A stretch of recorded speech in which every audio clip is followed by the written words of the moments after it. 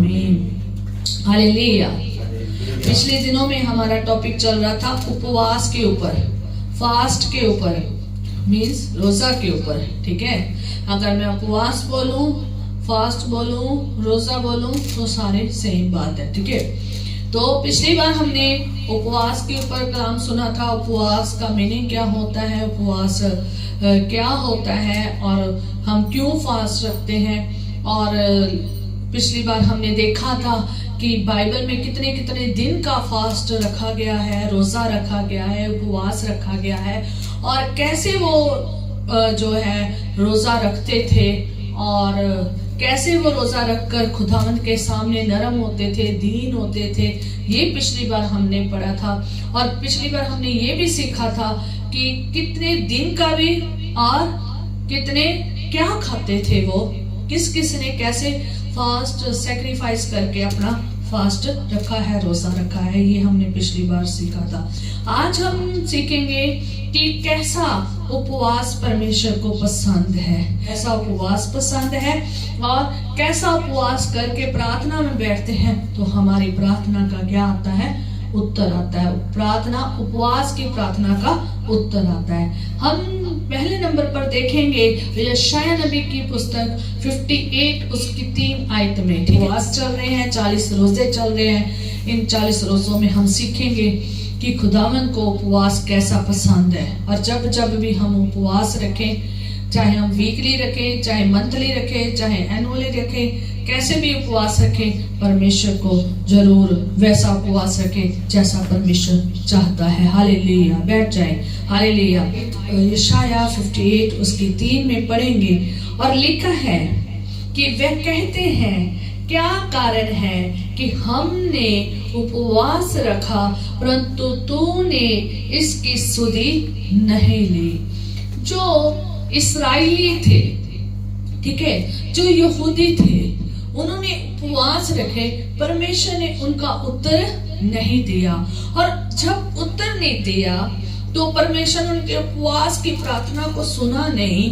तो वो प्रार्थना, मैंने पिछली बार भी आपको बताया था कि वो कितने दिन की प्रार्थना करते थे और कितने कितने दिन का उपवास रखते थे। कोई 1 दिन का, कोई 3 दिन का, कोई 7 दिन का, कोई साल का, कोई 40 दिन का, ऐसे उपवास बताए गए हैं कि दिन के रखते थे। और ये भी बताया था कि जब वो उपवास करते थे और सब ने अलग अलग तरीके से उपवास के साथ साथ अपने आप को कैसे शून्य किया है, कैसे नरम किया है, ये भी पिछली बार बताया था। कि जब आप बाइबल का पुराना नियम पूरा देखोगे तो जब उन्होंने उपवास रखा है तो वो क्या हो जाते थे, इतने नरम हो जाते थे कि वो भूख को तो त्यागते थे, खाने और पीने को त्यागते थे, और साथ कुछ भी जो सैक्रिफाइस अपनी जिंदगी में वो देते थे और अपना जो समा उपवास में बताते थे, तो वो टाट ओढ़ लेते थे। वो टाट बिछा के और वहां पर बैठकर धूल अपने सिर में डाल लेते थे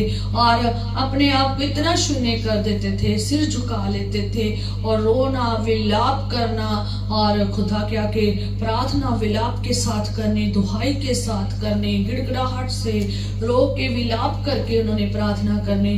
तो खुदावंद जो था ना, उनके उत्तर देता था, हमेशा उत्तर दिया। जब आप बाइबल में देखोगे तो खुदावंद ने हमेशा उत्तर दिया।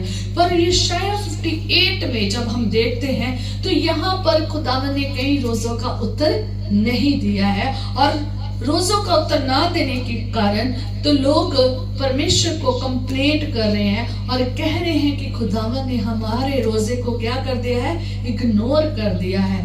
तो जो खुदावंद है ना, तो वो कहता है कि क्या कारण है कि हमने उपवास रखा परंतु तूने सुधि नहीं ली। वो खुदावंद से जब ऐसे बात कहते हैं कि खुदावंद हमने उपवास रखा पर तूने सुधि नहीं ली, हमने दुख उठाया पर लेकिन तूने ध्यान नहीं दिया। 2 चीजें लिखी है कि हमने उपवास रखा तो तूने सुधि नहीं ली, दूसरा हमने दुख उठाया और तूने ध्यान नहीं दिया। दिया। याद रखें, दुख उठाने का मीनिंग यहाँ पर जो बताया गया है ना, तो ये है कि उन्होंने अपना समय सैक्रिफाइस किया था। उन्होंने मिट्टी में और विलाप किया, रोना किया, इतना दुख और इतना विलाप किया कि खुदावंद उनकी सुन ले। पर लेकिन खुदावंद ने उनकी दुहाई को भी नहीं सुना। इतनी वो चिल्ला चिल्ला के रो रहे थे, विलाप कर रहे थे, खुदा ने नहीं सुना। और वो अपने आप को मिट्टी में इतना करके बैठे थे, टाट ओढ़ कर बैठे थे, खुदा ने नहीं सुना।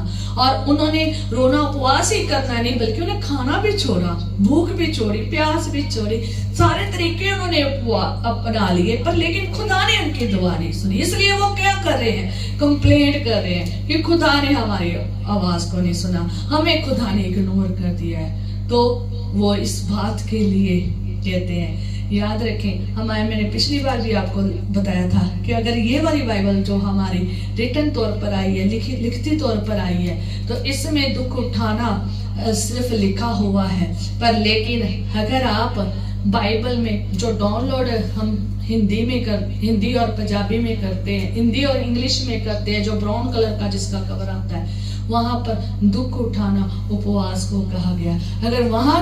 अगर आप वहां पर देखोगे तो उपवास हर हफ्ते का वहां पर विश्राम दिन का लिखा गया है। विश्राम दिन को ही दुख उठाना लिखा गया है।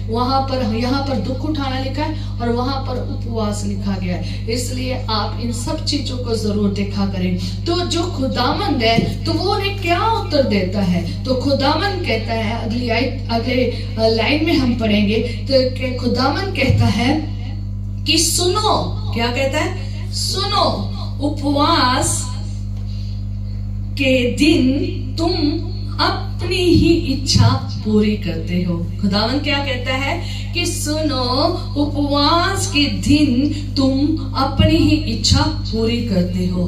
क्या करते थे? अपनी इच्छा। खुदा की इच्छा को नहीं पूरा करते थे, सिर्फ वो अपनी इच्छा को पूरी करने के लिए उपवास करते थे। याद रखें, हमारी इच्छाएं होती हैं, ये नहीं है कि खुदावंद हमारी इच्छा को पूरी नहीं करता है, वो करता है। जब ये नहीं है कि खुदावंद हमारी इच्छा पूरी नहीं करता, हमारी खुदावंद इच्छा पूरी करता है। जब हम बीमार होते हैं तो हमारी इच्छा क्या होती है कि हम क्या हो जाएं? चंगे हो जाएं। तो वो हमारी चंगाई की जो इच्छा है उसे क्या करता है? पूरी करता है। जब हम दुख में होते हैं, क्लेश में होते हैं, पीड़ा में होते हैं, रोने में होते हैं, हमारी क्या इच्छा होती है कि हमें शांति मिले, हमें आनंद मिले, हमारा दुख खत्म हो जाए, हमारे क्लेश खत्म हो जाए, हमारी सारी प्रॉब्लम्स खत्म हो जाए। खुदावंद हमारी इच्छा को पूरा करता है। हाँ, हम रोजा रखते हैं इसलिए कि हम छुटकारा पाना चाहते हैं, आशीष पाना चाहते हैं, बरकत पाना चाहते हैं। वो हमारी इस इच्छा को क्या करता है? पूरी करता है। पर जिस इच्छा की परमेश्वर बात कर रहा है वो क्या है? ये सीखेंगे। परमेश्वर जिस इच्छा की बात कर रहा है ना, तो वो पता क्या थी? कि तुम उपवास तो रखते हो पर तुम मेरी आज्ञाओं पर नहीं चलते हो। याद रखें कि इनकी खुदावंद ने बहुत सारी इच्छाओं को पूरा किया था। बाइबल में पढ़े कि जिसने प्रार्थना करके, वो उपवास रख के प्रार्थना और ऐसा विलाप किए हैं ना, तरह तरह के, चाहे कैसा भी उन्होंने उपवास रखे हैं ना, तो खुदा ने इच्छाओं को पूरा किया है। उनकी दर्द पीड़ा, उनकी जितनी भी जो जरूरतें थी पूरा किया है।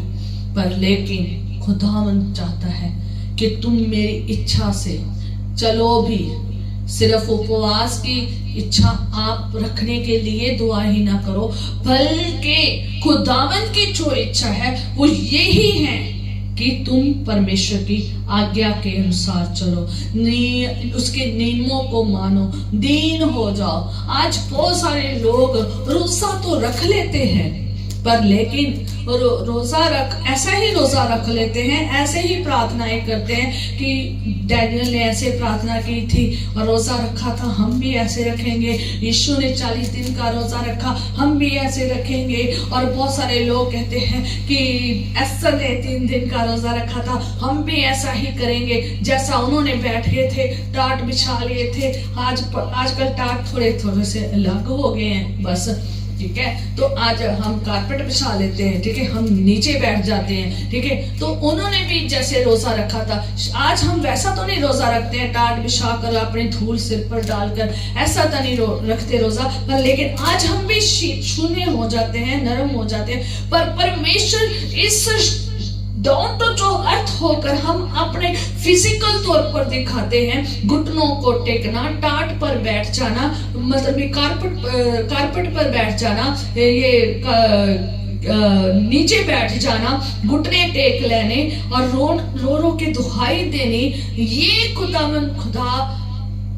नहीं इतना चाहता जितना वो चाहता है कि तुम्हारा दिल, जो तुम्हारा दिल है, जहां पर वो विराजमान है, जहां पर वो देखता है, वो हमारे दिल को देखता है कि हमारा दिल कितना अच्छा है, हमारा दिल कितना नरम है, हमारा दिल कितना उसके प्रति आज्ञाकारी है, हमारा दिल कितना दीन है, वो खुदावन देखता। अगर वो नहीं है ना, तो खुदावन को वो रोजा रखा हुआ प्रार्थना, जो रोजा रख के आप प्रार्थना करते हैं, चाहे आप जितने मर्जी कारपेट बिछा ले, जितने मर्जी आप दीन हो जाए, आप जितना फिजिकल तौर पर दीन हो जाए, जितना मर्जी आप रोए और चिल्लाएं और कुड़कुड़ाएं और दुख उठाएं और उपवास रखें, तो खुदावन उनका उत्तर नहीं देगा, क्योंकि खुदावन की इच्छा के अनुसार आपका दिल नहीं है जिसमें वो विराजमान होता है। Hallelujah, hallelujah. इसलिए जब रोजा रखे, आपका चिल्लाना, आपका ऊंचे स्वर में गाना, बजाना, विलाप करना, रोना और गिड़गिड़ाना और रोजा रखना, दुख उठाना, तभी खुदावन ध्यान देगा और तभी खुदावन सुधि लेगा, जब आप उसकी इच्छा के अनुसार अपने आप को, अपने जीवन को आत्मिक रीति में क्या करते हो, चलाते हो। Hallelujah, hallelujah. इसलिए आगे से क्या रखना है, रोजा रखकर ऐसे ही दीन होकर आना है, अपने मन को शुद्ध करना है, अपने मन को पाक करना है। अगर आप परमेश्वर की इच्छा नहीं रख रहे हैं, अपनी इच्छा को पूरी करने के लिए रोजा रख रहे हैं, तो खुदावन सुनेगा भी नहीं। और आगे लिखा है परमेश्वर के वचन में, लिखा है अगली लाइन जब हम देखते हैं तो लिखा है कि अपने सेवकों से कठिन काम कराते हो। क्या करते हो, अपने सेवकों से कठिन काम कराते हो। क्यों खुदावन ने ये कहा है, याद रखिए, खुदावन ने ये सारी दुनिया को बनाया है, खुदावन ने लोगों को पैदा किया है। अगर हम किसी एक को भी तुच्छ करते हैं ना, अगर हम एक भी पर्सन, चाहे वो सेवक क्यों ना हो, चाहे वो दास क्यों ना हो, अगर हम उनके साथ कठिन व्यवहार कर रहे हैं, अगर बुरा व्यवहार कर रहे हैं, तो खुदावन को पसंद नहीं है। क्योंकि हमने बुरा किया तो उसने हमारे साथ बुरा व्यवहार नहीं किया, हमने बुरा किया तो हमें भी क्या, उसने हमें क्या किया, क्षमा किया। तो हमारा भी यही बनता है कि अगर हमारा परमेश्वर नरम है तो हमने भी क्या करना है, हमने भी नरम होना है। अगर आप कठोर होंगे तो खुदावंद आपकी कठोरता को जरूर देखता है। हालेलुया। तो ये इस्राएली जो अपने दासों के साथ गलत कर रहे थे, वो उनके साथ बहुत कठोर व्यवहार करते थे, जबकि परमेश्वर ने लेवे अवस्था में 25 उसकी 43 आयत में कहा है कि तुम, आज्ञा थी परमेश्वर की कि तुम उन पर, कौन, इस्राएलियों को कहा था कि तुम अपने दासों पर कठोरता से प्रभुता ना करना। तुमने उनसे कठोरता से प्रभुता नहीं करनी है। खुदावंद का ये हुक्म था और लिखा है, और अपने परमेश्वर का भय मानना। खुदा ने हुक्म दिया था कि जो तुम्हारे दास हैं, जो तुम्हारे सेवक हैं, जो तुम्हारे घर में काम करते हैं, उनके साथ कठोर व्यवहार नहीं करना है और उनके साथ नरम व्यवहार करना है, ठीक है, और परमेश्वर का भय मानना है। पर लेकिन ये नहीं करते थे। ये क्या करते थे, अपने दास और दासियों के साथ बेरहमी से व्यवहार करते थे, बेरहमी से उन्हें मारते थे, उन्हें कूटते थे, उन्हें दंड देते थे, उनके साथ गलत काम करते थे, दुर्व्यवहार करते थे, और उनको जो समय पर छोड़ना चाहिए था ना, वो भी नहीं छोड़ते थे, और बिना बात में ही कई लोगों को दास बना लेते थे, जबकि वो दास इनके बनने भी नहीं चाहिए थे, बल्कि ये दास बनाते थे। तो खुदावन इन चीजों को देखकर खुश नहीं था, क्योंकि खुदावन ने हुक्म दिया था कि अपने दासों पर क्या करना, रहम करना। खुदा ने हुक्म दिया था कि तुम उनके ऊपर कठोरता ना करना, पर लेकिन ये कठोरता से प्रभुता कर रहे थे। खुदावंत का हुक्म था कि तुम कठोरता से प्रभुता ना करना, पर ये जो प्रभुता कर रहे थे, कठोरता से प्रभुता कर रहे थे। जबकि परमेश्वर ने कहा था कि अगर तुम उनका आंख या दांत तोड़ दोगे ना, तो तुम अगर उन्हें ऐसे नष्ट करते हो ना, तो आंख मतलब ये आंख तोड़कर टांग तोड़कर नष्ट करते हो ना, तो तुम उसे क्या कर देना, स्वतंत्र कर देना, उन्हें छोड़ देना, मतलब उनके साथ अन्याय ना करना, उन्हें छोड़ देना। अगर वो मर जाता है तो तुमने उसका भी बदला देना है। अगर तुम्हारे बुरे व्यवहार के कारण दास मर जाता है तो तुम्हें उसका बदला क्या करना है, देना है।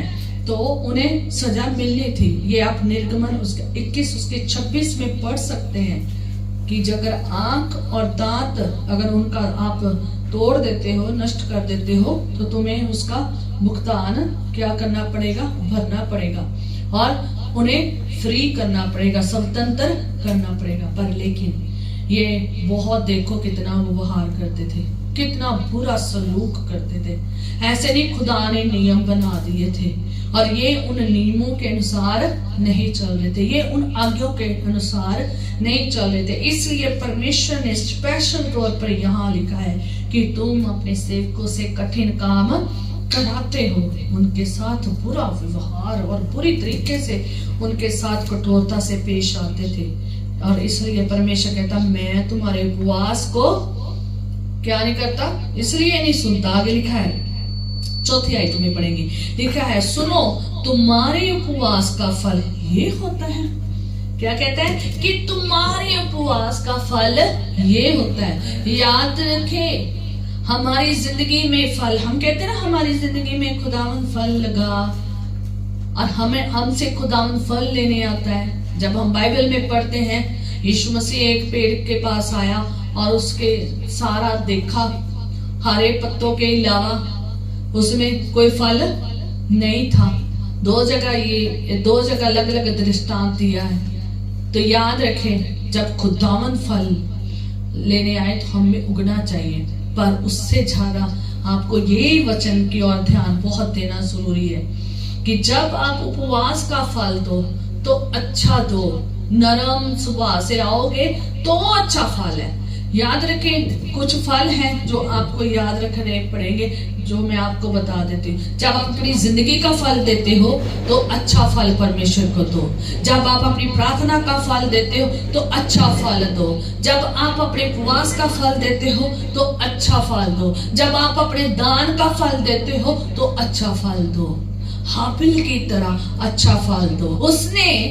हाबिल ने अपने जीवन का भी अच्छा फल दिया था और अपनी भेंट का भी अच्छा फल दिया था। याद रखें, खुदावंद को जब भी आपने फल चढ़ाने आना ना, चाहे वर्शिप का, चाहे धन्यवाद की भेंट का, चाहे प्रार्थना का, चाहे आपने कोई भी काम करने आना ना, खुदा के लिए कोई भी काम करते हो तो एक अच्छे फल का चढ़ावा चढ़ाओ, ताकि वो आपसे क्या हो, खुश हो, उसका आपको अच्छा फल मिले।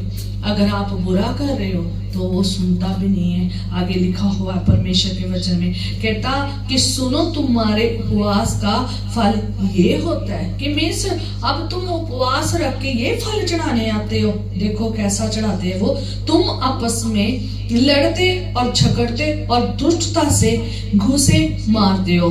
मीन्स तुम क्या करते हो, आपस में क्या करते हो, लड़ते और झगड़ते हो। रोजा रख के खुदावन ने कहा है कि तुमने दीन होकर आना है, पर लेकिन ये क्या हो रहे, दीन हो रहे, ये दीन नहीं हो रहे। ये लड़ रहे हैं, ये झगड़ रहे हैं और एक दूसरे को मार पीट कर रहे हैं, मुक्केबाजी कर रहे हैं और एक दूसरे के ऊपर घुसे मार रहे हैं, मुक्केबाजी कर रहे हैं। ये क्या ऐसा नेचर खुदावन को बिल्कुल पसंद नहीं है। याद रखे, वैसे तो हमारी पूरी जिंदगी में नहीं होना चाहिए, पर कभी कभी जब हम रोजा रखें तब तो बिल्कुल भी नहीं होना चाहिए।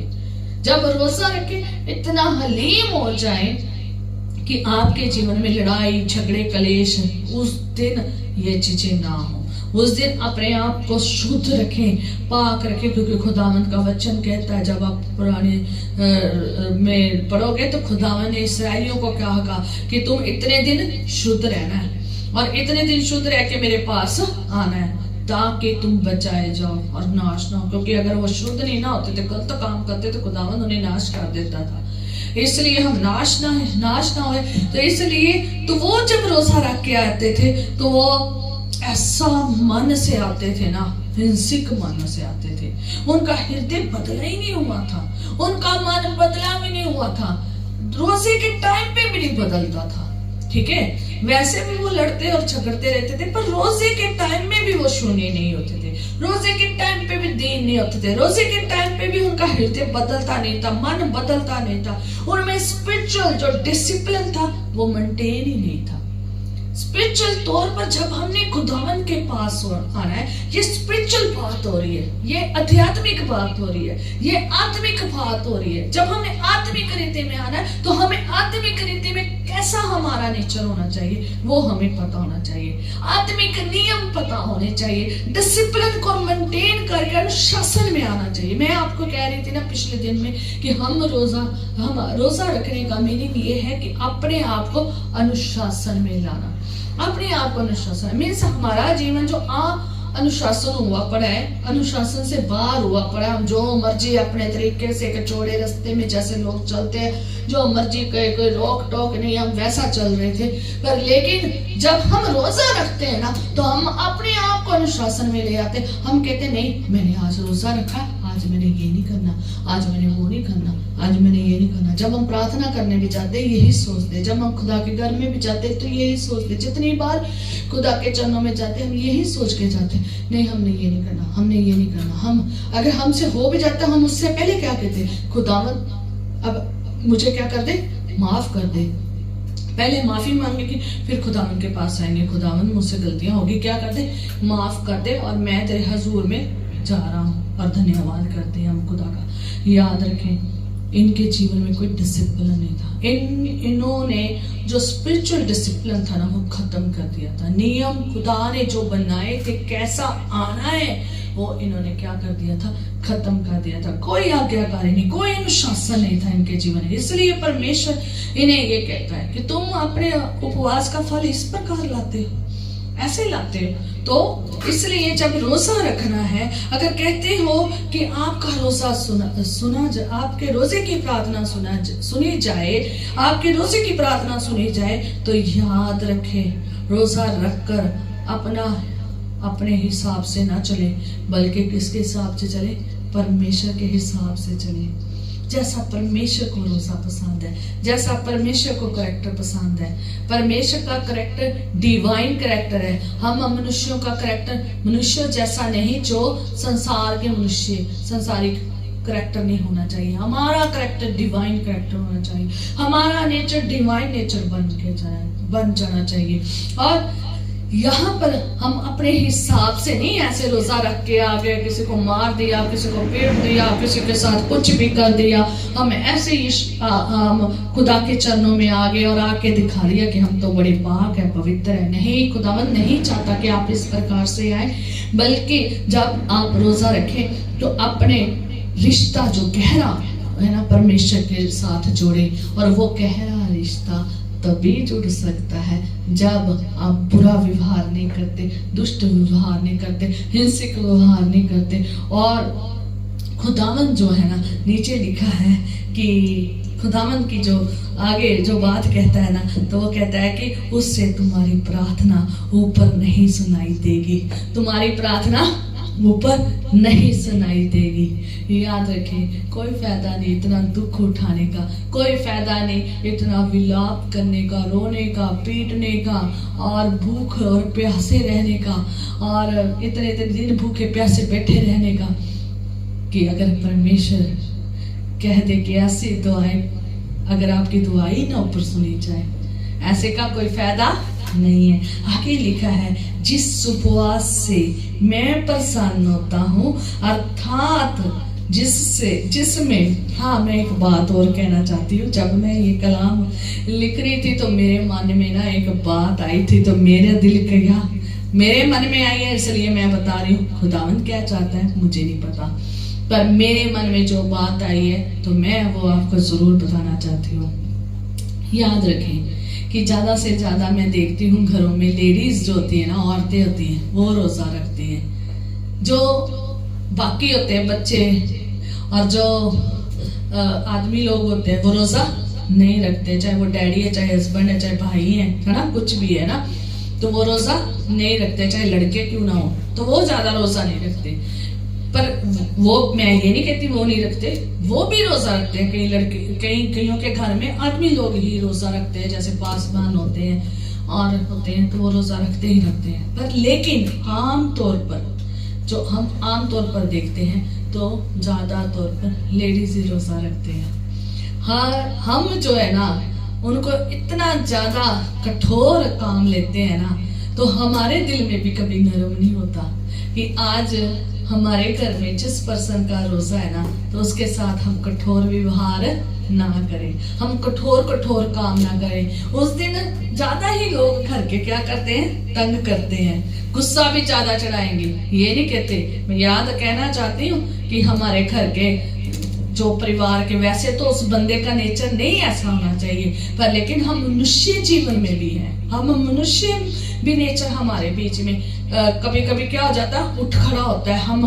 कितनी बार हम अपने आप को रखते हैं कि हमारे में ऐसा नेचर नहीं होना चाहिए, हमें ऐसी बातें नहीं होनी चाहिए, पर लेकिन हम मनुष्य जीवन में भी रहते हैं, और कभी कभी हमारा भी ऐसा नेचर हो जाता है, ना चाहते हुए भी हो जाता है। हम जितना मर्जी अपने आप को कर ले, पर लेकिन ये हुआ क्यों है, क्यों हो जाता है? क्योंकि जब घर के इतने जने को उसने देखना है ना, औरत ने जिसने रोजा रखा है, तो वो इतना कल्पाते हैं ना। मैंने देखा है बहुत सारे घर के लोग कल्पाते ही इतना है कि वो बंदे बेचारी पहले ही ऑलरेडी घर का बर्डन इतना होता है उसके सिर के ऊपर, इतना बर्डन होता है, इतने घर के खाने। अगर हम इंडिया के अकॉर्डिंग देखें तो सुबह का इतना बड़ा हैवी ब्रेकफास्ट बनाने, घर के काम इतने करने, और फिर दोपहर का, फिर शाम का, फिर रात का,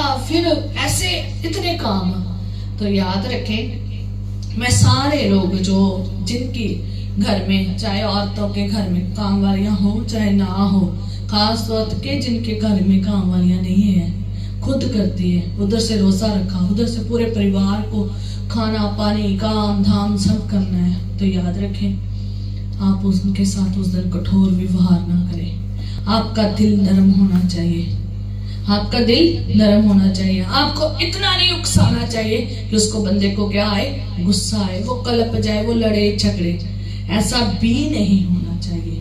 पहली बात तो उस बंदे को जितना हो सके सहनशीलता में रहना चाहिए और सेल्फ कंट्रोल होना चाहिए, पर कभी कभी सहने से बाहर ना हो ऐसा उसका जीवन बना दिए। दूसरा, आप उस दिन हल्का फुल्का खाना खाएं जरूर, 3 टाइम का ही खाएं, पर लेकिन उसके बर्डन को काम करें, उसके काम के बर्डन को काम करें, ठीक है? तो उस दिन आप भी हलीम हुए, उस दिन आप भी क्या करें, हेल्प करें, ठीक है? कि हाँ आज तेरा रोजा है और आज तूने काम कम करने, आज हम खुद ब्रेकफास्ट ऐसा खाएंगे जो इजी हो, जो इजी से हम सब के लिए ठीक हो। और जिस दिन मैंने कभी कभी देखा, जिस दिन किसी औरत का रोजा हो ना, तो उस दिन उनके घर के हर एक बंदे का एक अपना मेन्यू होता है। मैंने ये खाना, दूसरा कहेगा मैंने ये खाना, तीसरा कहेगा ये खाना है। बल्कि इतना कठोरता अगर आप करते हो, ऊपर खुदावंद देखता है। हालेलुया। खुदावंद उसको भी देखता है और खुदावंद उसको भी देखता है। जिसने रोजा रखा उसको भी देखता है और उस दूसरे को भी देखता है। इसलिए परमेश्वर के पास, ये मेरी बात थी, ये खुदा के कलाम में कहीं नहीं लिखी, पर लेकिन ये मेरे हृदय की बात थी, क्योंकि मैंने देखा है इंडिया में बहुत सारी औरतें रोजा रखती है और बहुत हार्ड वर्क करती है, यहाँ तक कि कहीं तो जॉब भी करती है, घर के काम भी, पूरे बच्चों के, परिवार के सब चीजें वो करती है। तो मैं ये जरूर कहना चाहूंगी, इतना कठोर हमारे सब जो सराउंडिंग एरिया में मसीह में चल रहे हैं, ऐसा नहीं होना चाहिए। हमारे घर में चाहे कोई काम करे, उनके साथ भी कठोर व्यवहार नहीं करना है। आपके घर में नौकर चाकर लगे हैं, दास दासियां लगे हैं, उनके साथ कठोर व्यवहार ना करें। चाहे उन्होंने भी, वो भी अगर रोजा रख के आए तो उनको भी चला थोड़ा सा क्या करें, काम कम ले। अगर आप के घर में किसी नौकर ने भी रोजा रखा है ना, उससे भी हार्ड वर्क ना ले। मैं ये भी कहना चाहती हूँ, उससे इतना हार्ड वर्क ना ले। अगर आप कर सको तो कर ले, अगर ना कर सको तो आप उनके ऊपर कम बर्डन डालो, उतना डालो कि वो बेचारे रोजा में टाइम भी खुदा में बता सके और उसके लिए हार्ड भी ना हो, ताकि खुदावंद आपके ऊपर भी दया करे। हालेलुया। तो चाहे आप काम पे भी जाते हो तो वहां पर भी आपके नीचे हैं, आपने उनके साथ भी कठोर व्यवहार नहीं करना। आपके चाहे जितने मर्जी नीचे दास दासियां हैं, आप जब रोजा रखते हो उनके साथ भी कठोर व्यवहार नहीं करना। हालेलुया।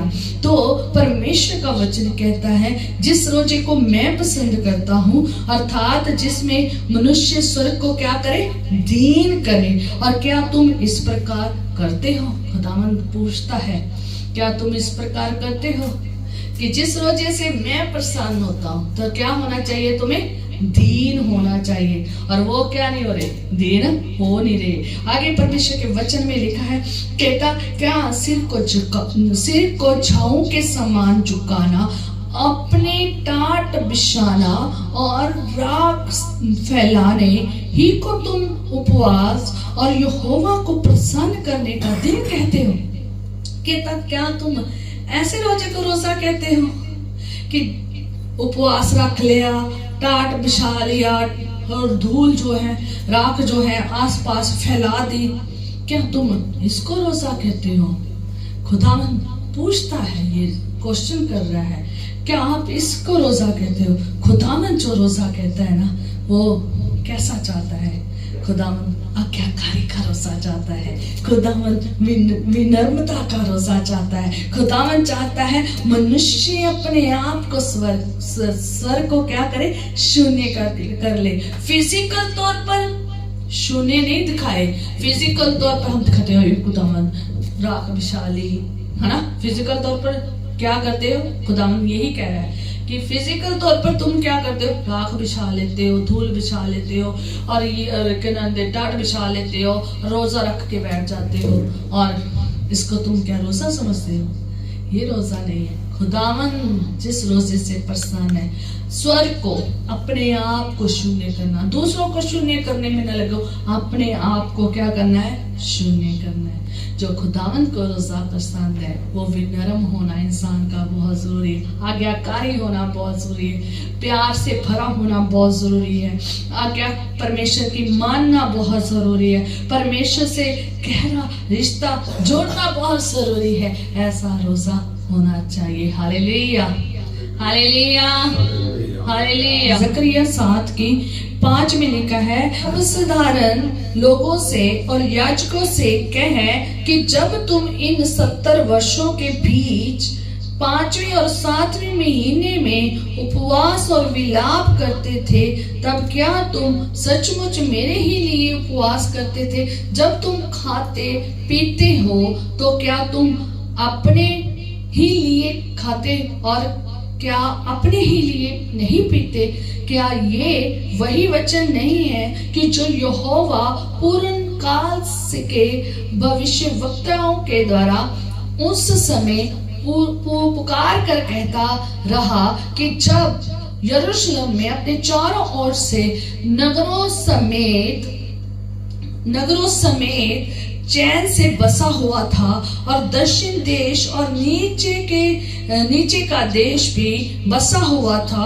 तो फिर यहोवा का ये वचन जकरिया के पास पहुंचा, सेनाओं का यहोवा ने यूं कहता है, खराई से न्याय चुकाना। क्या करना? खराई से न्याय चुकाना, दूसरों के साथ कृपा और दया से काम करना, और विधवा पर अंधेर ना करना, अनाथों पर, ना परदेशी पर, और ना दीन जन पर, और ना अपने अपने मन में एक दूसरे की हानि की कल्पना करना। और परंतु उन्होंने चित्त लगाना ना चाहा और हठ किया और अपने कानों को बंद कर लिया ताकि सुन ना सके। और उन्होंने अपने हृदय को इसलिए पत्थर सा बना लिया कि वह उस व्यवस्था और उन वचनों को ना सुन सके जिन्हें सेनाओं की यहोवा ने अपने आत्मा के द्वारा पूर्व काल के भविष्यवक्ताओं के से कहला भेजा था। हालेलुया। आज लोग जितना मर्जी कह दो ऐसे बनना है, तो ऐसे ही इस जमाने के लोग उपवास तो रखते थे, विलाप करते थे, भूखे रहते थे और प्यासे भी अपने लिए रहते थे, खाते और पीते भी अपने लिए थे और भूखे और प्यासे भी अपने लिए रहते थे, पर लेकिन वो परमेश्वर की आज्ञा को नहीं मान रहे थे। खुदावंद कहता है कि तुमने इस प्रकार चलना है। जकरिया के हाथ मैसेज भेजा है, कहला भेजा है कि तूने इस प्रकार चलना है, पर लेकिन उन लोगों ने अपने हृदय को क्या कर लिया? कठोर कर लिया। ऐसा हृदय कठोर कर लिया, उन्होंने खुदा की आज्ञा को माना नहीं। जब हम यशाया नबी और उसकी 58 की 6 में देखते हैं तो वहां पर लिखा है, जिस उपवास से मैं परेशान होता हूँ तो वह क्या ये नहीं है कि अन्याय से बनाए हुए दासों और अंधेर सहने वालों का चूहा तोड़कर उन्हें छुड़ा लेना और सब चूहों को टुकड़े टुकड़े कर देना। खुदावन कैसा रोजा पसंद करता है? वो इस प्रकार का रोजा पसंद करता है कि जब तुम उपवास रखो तो जो अन्याय से, जो दास बनने भी नहीं चाहते, न्याय के अनुसार दास नहीं होने चाहते, पर अन्याय करके क्या हो गए? वो दास बन गए। तो उनको क्या करना है? छुड़ाना है। पहले तो वहां पर काम करना है कि किसी के ऊपर अन्याय ना हो, बिल्कुल न्याय हो। अगर अन्याय हो रहा है ना तो खुदावन को पसंद नहीं है। और दूसरा नंबर, जो अंधेर सहने वाले हैं और जिनके जो चूहों से जकड़े हुए हैं और जो छुड़ाई नहीं गए हैं, उनके लिए उनके ऊपर काम करना है। कैसा काम करना है? कि उनके चूहों को टुकड़े टुकड़े कर देना है, टुकड़े टुकड़े कर देना है।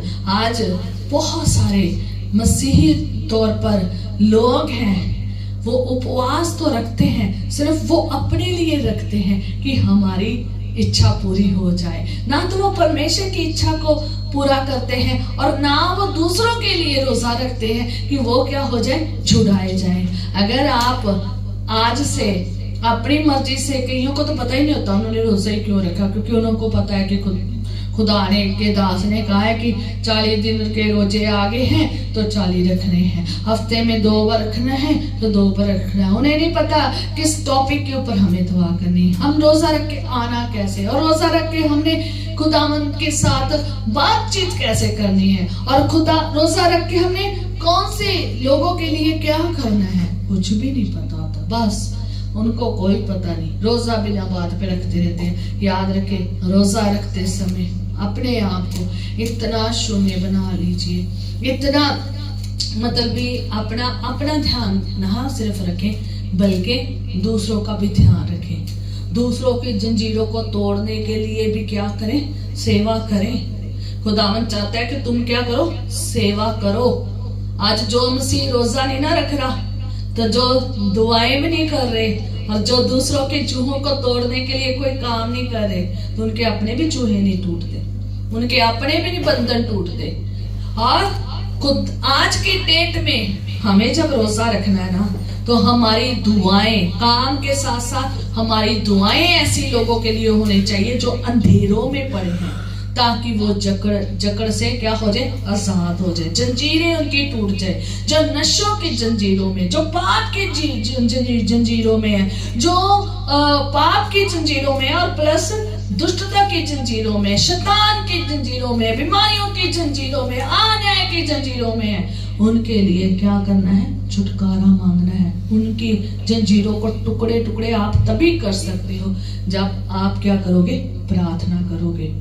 ठीक है, यीशु मसीह ने कहा है कि जब तुम उपवास रखो ना तो कैसा होना चाहिए, ऐसे ही होना चाहिए। यीशु मसीह ने एक जगह कहा है कि तुम्हारे विश्वास के साथ, और चेलों ने कहा कि हम इस बच्चे को क्यों नहीं चंगा कर सके, जिसके ऊपर दुष्ट आत्मा थी, जो उसे बार बार कहाँ मार रही थी, कभी कभी पानी में गिरा रही थी, आग में जला रही थी, कभी उसके साथ, और उसे दौरे पड़ रहे थे, उसका पूरा उसे तोड़ रही थी, मरोड़ रही थी, बीमारी से ग्रस्त था, वो इतना जकड़ा हुआ था और चेलियों से चंगा नहीं कर पाई। यीशु मसीह को उन्होंने कहा कि हम इसे क्यों नहीं गुरुजी चंगा कर पाए, प्रभु जी हम क्यों नहीं चंगा कर पाए। तो यीशु मसीह ने कहा, क्या कहा कि ऐसी जो जितनी आत्माएं है ना, अगर इनको निकालना है ना, पढ़ सकते हैं, तो इनके लिए क्या रखना है, विश्वास भी होना है, दूसरा प्रार्थना, और तीसरा उपवास। ये 3 चीजें यीशु मसीह ने वहां पर कही है। तो ऐसा हमारा जीवन तभी लोगों की जंजीरें तोड़ सकता है जब हम इस प्रकार का रोजा रखेंगे और साथ में आज्ञाकारी भी रहेंगे। आगे मैं आपको ये भी कहना चाहती हूँ कि खुदावन जिस रोजे को पसंद करता है ना, तो वो झाऊ के समान ऐसे सिर को नीचे नहीं कर लेना, टाट ही नहीं बिछा लेना कि हमने क्या रखा है, रोजा रखना है। फिजिकल तौर पर, दिखावटी तौर पर, पखंडी तौर पर हम दिखाते हैं कि हमने रोजा रखा है। ये तो जरूर दिखाते हैं कि ये कल्चर है, ट्रेडिशन है, रीति रिवाजों की तरह हम जरूर दिखाते हैं। देखते हैं कि कई लोग रीति, यहाँ पर जो ये खुदा कह रहे हैं ना कि ये तुम इसको रोजा ना कहो, जो तुम झाऊ के समान अपना सिर क्या कर लेते हो। झाऊ एक पेड़ है, झाऊ का जो पेड़ होता है ना, ऐसे कर लेता है, सिर झुका लेता है, जाके देखना, वो ऐसे सिर झुका लेता है, वो ऐसे झुकाई रहता है। ठीक है, झाऊ के समान अपना सिर झुका लेना, इसको रोजा ही ना समझना। कहता तुम क्या इसको रोजा समझते हो कि झाऊ के समान अपने आप को क्या कर लेना, सिर झुका लेना। और दूसरा नंबर टाट बिछा लेना, राख बिछा लेनी, इसको रोजा समझते हो। खुदावन चाहता है कि नरम हो। और मत्ती रसूल की अंजील और उसका 6 बाब में यीशु मसीह ने 6 की 16 में यीशु मसीह ने एक रोजे के बारे में बताया है कि कैसा रोजा होना चाहिए। पढ़ेंगे, हालेलुया। जब तुम उपवास करो तो कपटियों के समान तुम्हारे मुंह पर उदासी न छाई रहे, उदासी न छाई रहे। ये यहाँ पर दिखावटी रोजा है, मन नहीं दी, कठोरता है, मन नहीं बदले, लड़ झगड़ के आके रोजा रखते हैं, फास्ट रखते हैं, उपवास करते हैं और आकर ऐसे बैठ जाते हैं दिखावटी तौर पर, फिजिकल तौर पर। खुदावंद रोजा नहीं पसंद करता और बस रीति रिवाज समझते हैं कि रोजा रखना है और ऐसे बैठ जाना है, ये रोजा है। खुदावंद उन्हें कह रहा है, खुदावंद नहीं चाहता कि तुम इसी प्रकार का रोजा रखो, दिखावटी रोजा दिखाओ, कपटियों के समान रोजा दिखाओ, या फिर रीति रिवाज ट्रेडिशन समझ के रोजा रखो। ऐसा नहीं खुदावंद चाहता। पढ़ेंगे, क्योंकि वे अपने मुंह बनाए रहते हैं, वो अपने मुंह बनाए रहते हैं। क्यों बनाए हैं? कि वो दिखें, ताकि लोग उन्हें उपवासी जाने, ताकि लोग उन्हें क्या जाने, उपवासी जाने। ये एक क्या है, दिखावटी रोजा है। यीशु मसीह क्या कह रहे हैं, ऐसा दिखावटी रोजा नहीं रखना है। अगर रोजा रखना है, मैं तुमसे सच कहता हूँ कि वह अपने प्रतिफल पा चुके हैं, अपना प्रतिफल पा चुके हैं। हाँ, परंतु जब तू उपवास करे तो अपने सिर पर तेल मलना और मुंह धोना, ताकि लोग नहीं परंतु तेरा पिता जो गुप्त में है तुझे उपवासी जाने। हालेलुया। परमेश्वर को दिखाना है कि हम उपवासी हैं, हमने उपवास रखा है। आज लोग दिखावटी उपवास रखते हैं और दिखावटी तौर पर ही उनका बैठना है और प्रार्थना करना है, चलाना है और विलाप करना है, पर लेकिन जो काम नहीं करने हैं वो कर रहे हैं, तो जो करने चाहिए वो कर नहीं रहे हैं। परमेश्वर को दिखाना है, सिर पर तेल मलना है। कहने का मीनिंग कि आप फ्रेश दिखने चाहिए, बिल्कुल जैसे आप किसी ड्यूटी पे चलकर ऐसे तैयार होकर जाते ना, बिल्कुल ऐसे फ्रेश दिखने चाहिए। खुदावंद चाहते हैं कि आप फ्रेश दिखे, तेल तूल लगाएं, नहाए धोए, फ्रेश दिखे।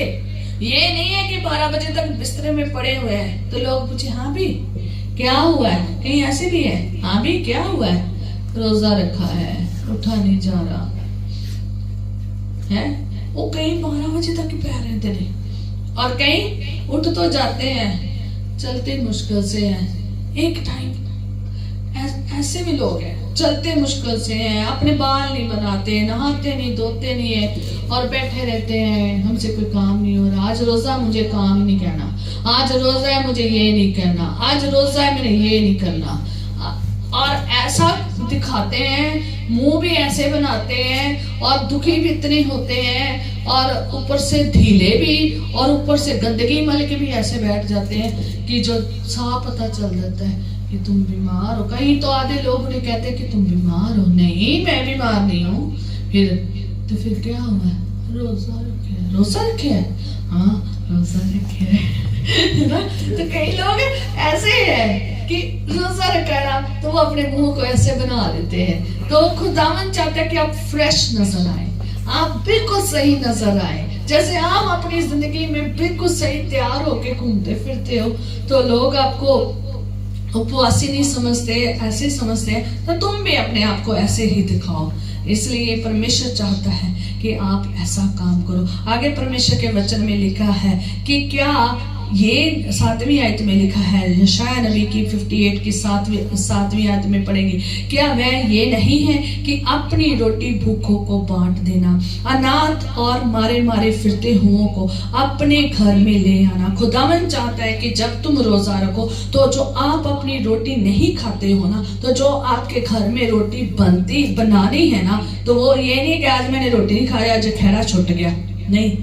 आज तो एक बंदे ने रोटी नहीं खानी, आज 3 ने नहीं खानी तो खेड़ा छूट गया, नहीं। वो उस टाइम की रोटी बनाकर किनको देकर आनी है, ज्यादा ही सबको बनानी है, तो बनाकर किनको देकर आनी है, जो भूखे हैं उनको बांटनी है, जो अनाथ है, जो मारे मारे फिर रहे हैं उनको अपने घर में लाना है। और क्या करना है, किसी को अगर नंगा देखते तो उन्हें अपने वस्त्र देने हैं। मतलब भी जो नीड्स है उनकी, जो उनकी जरूरत है ना, वो क्या करनी है, पूरी करनी है। चाहे कपड़ा है, चाहे खाना है, चाहे कुछ भी है, आपने उसकी हेल्प करनी है। किस चीज की नीड है उसकी पूरी करनी है। और अपनी छाती भाइयों से भी से अपने को ना छिपाना। आप परमेश्वर की इच्छा के अनुसार रोजा रखते हो तो परमेश्वर का वचन 8वीं आयत में कहता है, तब तेरा प्रकाश पोपो फटने के समान चमकेगा और तू शीघ्र चंगा हो जाएगा। मीन्स उसी घड़ी शीघ्र घड़ी शीघ्र क्या हो जाएगा, चंगा हो जाएगा। और जो आपने अपने धर्म के काम किए हैं ना, वो प्रकाशमान होंगे, वो ऐसे छुपे नहीं रहेंगे। खुदावंद जो है ना, वो उस प्रकाश को कहता, तब तेरा प्रकाश फुटने के समान चमकेगा। और आगे लिखा कि तू शीघ्र चंगा हो जाएगा और तेरे धर्म तेरे आगे आगे चलेगा और यहोवा का तेज तेरे पीछे रक्षा करते चलेगा। हालेलुया। कितनी बड़ी बात है कि खुदावंद का तेज आपके पीछे हो, खुदा की दया आपका पीछा करे, खुदावंद की बरकतें आपका पीछा करे, खुदा की आशीषें आपका पीछा करे, खुदावंद आपके साथ हो, खुदावंद आपके आगे पीछे हो, खुदावंद आपके साथ हो। कितनी बड़ी बात है जब आप इस प्रकार का रोजा रखते हैं जैसा खुदा को पसंद है, कि दीन नरम होकर, हलीम होकर, और ऐसे खुदावंद के जो कहे हुए ऑर्डर्स है, हुक्म है, उनको माने। और खुदावंद के हुजूर में जब रोजा रखते हैं, आप जब ऐसे अच्छे काम, धर्म के काम और ये करते हो, तो खुदावंद का वचन कहता है कि तेरा प्रकाश पौ फुटने के समान होगा, और तेरा जो धर्म है ना तेरे आगे आगे चलेगा। जैसे धार्मिक काम, धर्म के काम आप करते हो ना, वो आपके आगे आगे चलेंगे, वो चमकेंगे, वो छिपे नहीं रहेंगे। खुदावंद उन्हें दिखाएगा, उजागर करेगा, खुदावंद का तेज आपके साथ होगा, आप चंगे होंगे। और लिखा है तब तू पुकारेगा और यहोवा उत्तर देगा। पर जो रोजा खुदा के मुताबिक है उसकी सुनी जाती है। हालेलुया। जो रोजा हम खुदा की इच्छा के अनुसार करते हैं तो खुदावंद उस रोजे को सुनता है और जवाब देता है, आपकी पुकार को सुनेगा और आपकी दुहाई को सुनेगा। और वो कहता है जब तू पुकारेगा, जब तू दुहाई देगा, तब वे कहेगा मैं यहाँ हूँ। हालेलुया। तब तुम्हें कहने की जरूरत नहीं पड़ेगी, मैं हूँ यहाँ। कई बार हम गीत गाते हैं, मैं हूँ यहाँ, मेरा बहुत फेवरेट गीत है और मैं सच में कहती हूँ। क्यों कहती हूँ? क्योंकि कई बार मैं कहती हूँ खुदावंद मेरे बिल्कुल बिल्कुल बिल्कुल नजदीक आ जाए, तो उसको कई बार मैं कहती हूँ मैं यहाँ हूँ, मुझे तो दिख नहीं रहा, मैं यहाँ हूँ, मेरी सुन ले। जब मेरी पुकार नहीं ना सुनी जाती, कभी कभी लेट हो जाती, तो मैं भी खुदावंद को ऐसे पुकारती हूँ। और जब मैं उसकी दया को और चाहती हूँ, उसके प्रेम को और चाहती हूँ, मैं और कहती हूँ कि तू मेरे करीब आ जा। तो मैं आपको ये कहना चाहती हूँ, कहता जब तू दुहाई करेगा ना तो मैं कहूँगा मैं यहाँ हूँ। खुदावंद आवाज देकर कहेगा मैं यहाँ हूँ। अगर आप चाहते हैं तो इस प्रकार रोजा रखें ताकि वो उत्तर भी दे, आपकी दुहाई सुने और कहे मैं यहाँ हूँ। और लिखा है यदि तू अंधेर करना और उंगली उठाना, दुष्ट बातें बोलना छोड़ दे। आज बहुत सारे लोग दोष बहुत लगाते हैं, उंगली बहुत उठाते हैं, खुदावंद को पसंद नहीं है। कहता जब तुम अंधेर करना छोड़ देगा ना, दूसरों के ऊपर अंधेर नहीं ना करेगा, चाहे वो नौकर हो तो चाहे कोई भी हो, अंधेर नहीं ना करेगा, गलत काम नहीं ना करेगा, उंगली नहीं ना उठाएगा, दुष्ट बातें नहीं ना कहेगा, तो उदारता से भूखों की सहायता करेगा, दीन दुखियों को संतुष्ट करेगा, उनको भी संतुष्ट करेगा। तो लिखा है, कहता है कि तब अंधियारे में तेरा प्रकाश चमकेगा। ठीक है, इस अंधकार में तुम्हारा प्रकाश चमकेगा, तुम्हारा प्रकाश छुपा नहीं रहेगा। तुम अपने काम वो करो जो दिखे। और अगर आप अंधेरे के काम कर रहे हो तो अंधेरे में ही ऐसे जिंदगी जी रहे हो तो खुदावंद को नहीं पसंद है। आप अंधेरे में रहकर अपने धन्य काम करें, धर्म के काम करें, वो काम करें जो खुदावंद को पसंद है, तो आप चमकेंगे, अंधेरों में चमकेंगे। घोर अंधकार कहता कि दोपहर का सा उजाला हो जाएगा। यहोवा तुझे लगातार लिए चलाएगा। हालेलुया। लगातार क्या करेगा? चलाएगा, लगातार तुम्हारे साथ रहेगा, छोड़ नहीं देगा। जब आप इतना दीन हो जाएंगे, नरम हो जाएंगे, ऐसे रोजे रखेंगे तो खुदावंद आपके साथ चलेगा। अकाल के समय भी तुझे तृप्त करेगा और तेरी हड्डियों को हरा भरा क्या करेगा? हरा भरा रखेगा, हरा भरा करेगा। हालेलुया। और लिखा है कि तू सींची हुई भारी और सोते के समान होगा, जिसका जल कभी नहीं सूखता। और तेरे वंश के लोग बहुत काल के उजड़े हुए स्थानों को फिर बसाएंगे, और तू पीढ़ी की पड़ी हुई नींव पर घर उठाएगा, और तेरा नाम टूटे हुए भाड़े का सुधारक और पत्थों का ठीक करने वाला पड़ेगा। हालेलुया। पीढ़ी दर पीढ़ी खुदावंद आपको भी आशीष है, और पीढ़ी दर पीढ़ी जो पड़ी हुई नींव है ना, उसके ऊपर अपना घर बनाएगा। मतलब ये तो जो काम करेगा उसमें क्या होगी? ब्लेसिंग ही ब्लेसिंग होएगी, बड़ी ही आशीष है। एक एक वचन को बयान करने का दिल कर रहा है, पर लेकिन बयान नहीं कर पा रहे, क्योंकि इतने खुदावंद के अच्छे वचन है ना, जो टाइम जो है ना कम है। इसलिए खुदावंद चाहता है कि आपके जो धर्म के काम है, वर्ष भजन संहिता 37 की 6 में भी बढ़ सकते हैं। खुदावंद कहता है वह तेरा धर्म ज्योति के समान और तेरा न्याय दोपहर के उजाले के समान प्रकट करेगा। खुदावंद ऐसे प्रकट करता है जब तुम कोई काम ऐसे धर्म के काम करते हो, अच्छे काम करते हो, किसी के आगे गुप्त नहीं रहेंगे, खुदावंद के आगे खुले रहेंगे और खुदावंद उसका क्या करेगा, जवाब देगा। यिर्मयाह 14 बाब दूसरा अगर आप पढ़ते हो तो यिर्मयाह 14 बाब कहता है चाहे वे उपवास भी करे तो भी मैं इनकी दुहाई नहीं सुनूंगा, और चाहे वे होम बलि और अन्न बलि चढ़ाए तो भी मैं उनसे प्रसन्न ना होऊंगा। मैं तलवार, महंगी और मरी के द्वारा इनका अंत कर डालूंगा। दूसरा जो नंबर है, खुदावंद उस रोजे का कभी उत्तर नहीं देता। जो लोग उपवास रख के सही जीवन, ऐसे इस प्रकार का जीवन जिससे खुदावंद प्रसन्न होता है, अगर नहीं ना रखते तो खुदावंद कहता है मैं उनकी दुहाई नहीं सुनूंगा। मैं उसको चाहे वो उपवास करके भी दुहाई दे, दुख उठा के भी दुहाई दे, टाट बिछाले, विलाप करे, गिड़गिड़ाए और बहुत रोए पीटे, चाहे जितने मर्जी रात का ले, जितने दिन मर्जी बैठे रहे, पर मैं दुहाई नहीं दूंगा, मैं उनकी सुनूंगा नहीं। चाहे वो होम बलि चढ़ाए, चाहे अन्न बलि चढ़ाए तो भी नहीं सुनूंगा। जितने मर्जी अन्न बलि चढ़ा दे, होम बलि चढ़ा दे, नहीं, खुदावंद कहता मैं सुनूंगा। और 3 चीजों से कहता मैं उन्हें मारूंगा। 3 चीजों से कहता, फर्स्ट नंबर तलवार से, दूसरा नंबर अकाल से, महंगी मतलब अकाल से। इतना ज्यादा जो है ना अकाल पड़ जाएगा, इतनी ज्यादा महंगी हो जाएगी कि अकाल पड़ जाएगा तो कुछ खरीद नहीं सकोगे, कुछ उगा नहीं सकोगे, कुछ अपने घर में नहीं ला सकोगे, इतनी महंगी पड़ जाएगी। और मरी के साथ, मरी मतलब जो भयानक महारोग, उनके साथ क्या करेगा, मारेगा।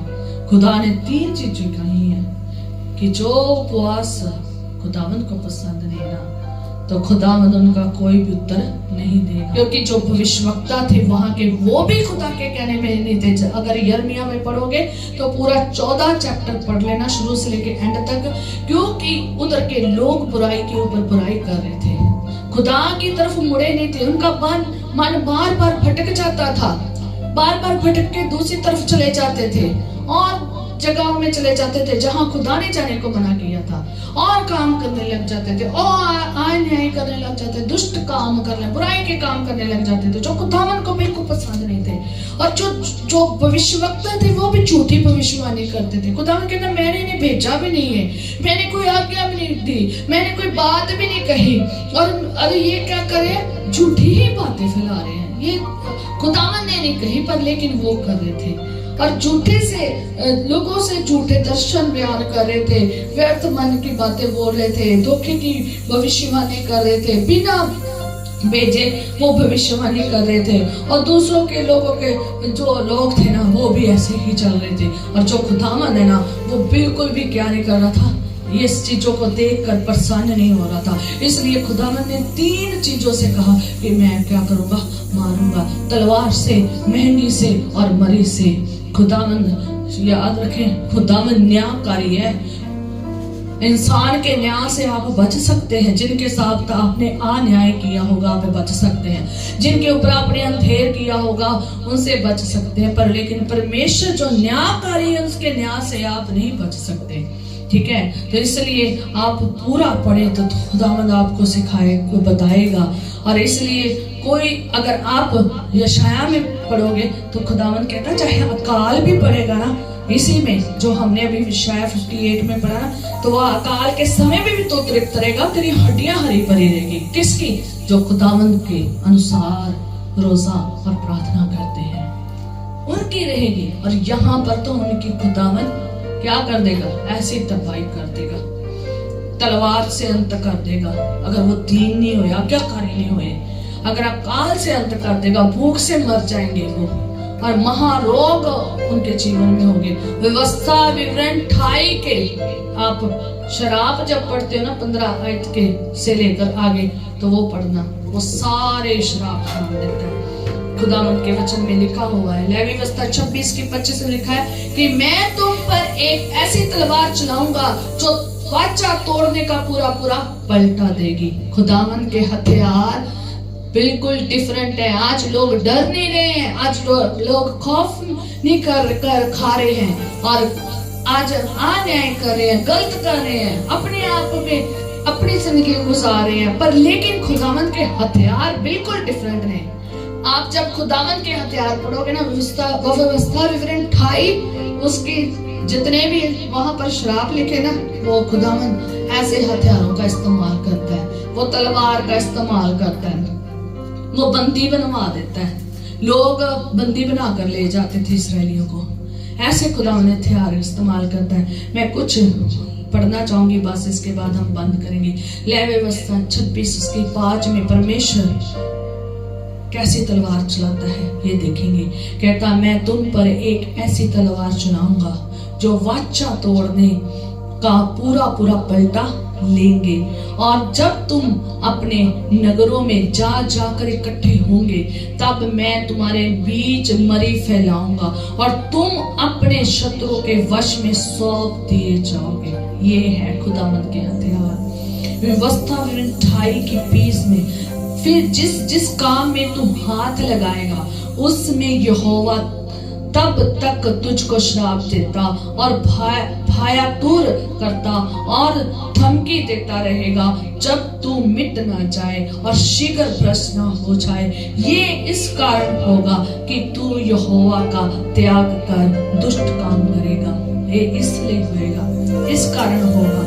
और व्यवस्था विवरण के सारे श्राप ये जो लिखे है ना, उनमें से एक है, आप सब पढ़ लेना, आपको पता चल जाएगा। लास्ट में मैं यही कहना चाहती हूँ सिर्फ कि परमेश्वर के पास जब आए, उपवास से प्रार्थना करें।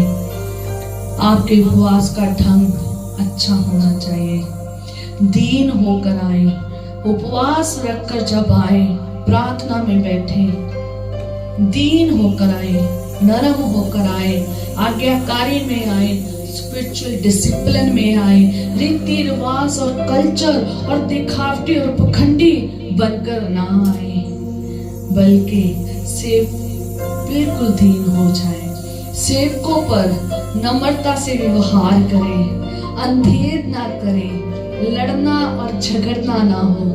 जब उपवास रखें तो लड़ना और झगड़ना ना हो, दुष्टता से मुक्केबाजी ना करें, अन्याय के काम ना करें, और अन्याय से बने हुए सेवकों को आपने छुड़ाना है। और जो दास और जो अंधेर सहने वाले हैं, और जो अंधेर सहने वालों का जो चूहा है, उसे खोलना है, उसे तोड़ना है, उसको छुड़ाना है, और उनके चूहों को के आपने रोजा रखकर टुकड़े टुकड़े करने हैं। आज की अगर डेट में देखा जाए, आप प्रार्थना जब करोगे ना, तो आप प्रार्थना में जो जंजीरें तोड़ दोगे ना, जो आप प्रार्थना में अंधेर में पड़े हुए लोगों के लिए प्रार्थना कर दोगे ना, वो पूरी होगी। और आगे आप जब रोजा रख कर आए तो अपनी रोटी भूखों को बांटना, अनाथ और मारे फिरते को घर में लेकर आना, और जो नंगे हैं और जो जिनके पास खाने को नहीं है, जिनके पास पीने को नहीं है, उन्हें देना, उनकी जरूरतों को पूरा करना, और अपने जाति भाइयों से भी ना छुपाना, ताकि वो भी उनसे ना छुपाना, इसलिए ताकि वो भी आशीष पा सके, आपके रोजे से वो भी छुटकारा पा सके। और जब आप परमेश्वर के साथ ऐसे आएंगे, तब वो बड़ा काम करेगा, और वो आपके ऊपर अपना प्रकाश चमकाएगा, वो आपको प्रकाश के फुटने के समान चमकाएगा, और आप शिखर चंगे हो जाएंगे, और आपका जो धर्म है वो आपके आगे आगे चलेगा, और यहोवा का तेज आपके पीछे रक्षा करेगा। हालेलुया। और अगर आप अंधेर को छोड़ देंगे, उदारता से भूखों की सहायता करेंगे और दीन और को संतुष्ट करोगे, तब अंधियारा तेरा प्रकाश चमकेगा, तब अंधियारे में तेरा प्रकाश चमकेगा, और तेरे घोर अंधकार दोपहर का सा उजाला हो जाएगा, और यहोवा तुझे लगातार लिए चलाएगा, और हर अकाल के समय तुझे तृप्त और तेरी हड्डियों को हरा भरा करेगा, हरा भरी करेगा और तुझे सिंची हुई भारी और सोते के समान होगा जिसका जल कभी नहीं सूखता। तेरे वंश के लोग बहुत काल के उजड़े हुए स्थानों को फिर बसाएंगे और तू पीढ़ी पीढ़ी की पड़ी हुई नींव पर घर उठाएगा और तेरा नाम टूटे हुए भाड़े का सुधारक और पत्थों का ठीक करने वाला पड़ेगा। हालेलुया, आमीन, कहे आमीन, आमीन। ये हम ऐसा ही रोजा रखे, ऐसे ही दिन हो, ऐसे ही आज्ञाकारी हो और ऐसे ही हमारे जीवन में जो खुदा ने वचन के अनुसार वायदे किए हैं और वो वैसा ही खुदावंद करे। आए हम प्रार्थना करेंगे।